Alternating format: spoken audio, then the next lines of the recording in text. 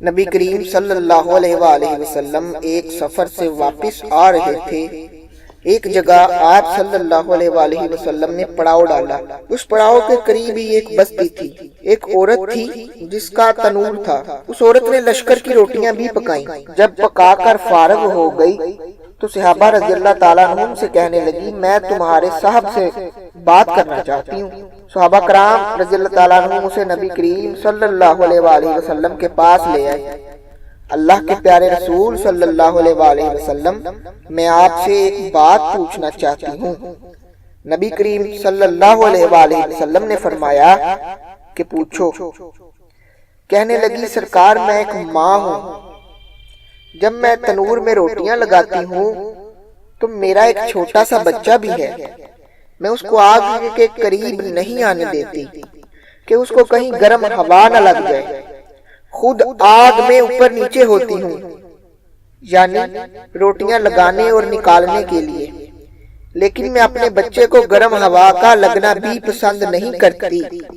تو میں نے آپ صلی اللہ علیہ وآلہ وسلم سے سنا تھا کہ ساری دنیا کی ماؤں کی محبتوں کو جمع کر دیا جائے تو اس سے 70 گنا زیادہ اللہ تعالیٰ بندے سے محبت کرتا ہے۔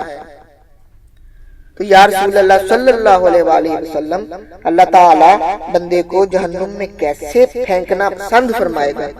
حدیث پاک میں آتا ہے کہ نبی کریم صلی اللہ علیہ وآلہ وسلم نے یہ بات سن کر سر جھکایا، مبارک آنکھوں میں آنسو آنے لگے، روتے رہے حتیٰ کہ جبرائیل علیہ السلام اللہ کا پیغام لے کر آئے، میرے محبوب اس عورت کو بتا دیں کہ اللہ نے ان پر ظلم نہیں کیا، انہوں نے اپنی جانوں پر خود ظلم کیا ہے، اپنے پاؤں پر خود کلہاڑی ماری، کیونکہ اللہ تو چاہتا ہے کہ یہ بچ جائیں، لیکن بات یہ ہے کہ یہ لوگ توبہ نہیں کرتے، توبہ کی طرف آتے ہی نہیں، بلکہ رب کی ماننے کی بجائے شیطان کی مانتے پھرتے ہیں اور توبہ کو ضائع کرتے ہیں، بھول جاتے ہیں، تو یہ تو اپنے عمل کی وجہ سے جہنم میں جائیں گے۔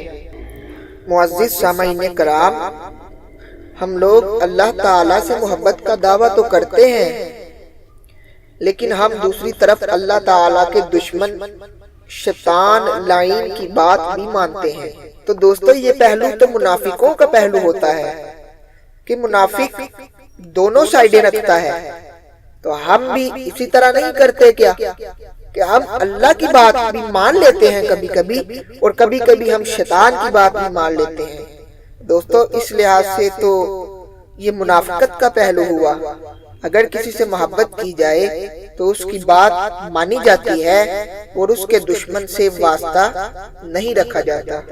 اللہ تعالیٰ کی محبت کے دعوے کی بجائے عملاً اللہ تعالیٰ کی ذات کریم کے بتائے ہوئے احکامات پر عمل کریں اور شیطان کے ہتھ کنڈوں سے دور رہیں۔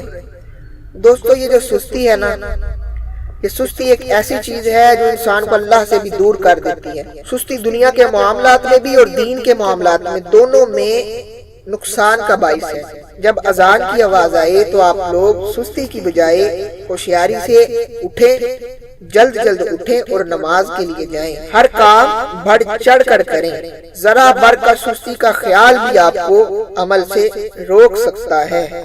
سستی اللہ کی راہ میں شیطان کا بہت بڑا ہتھیار ہے۔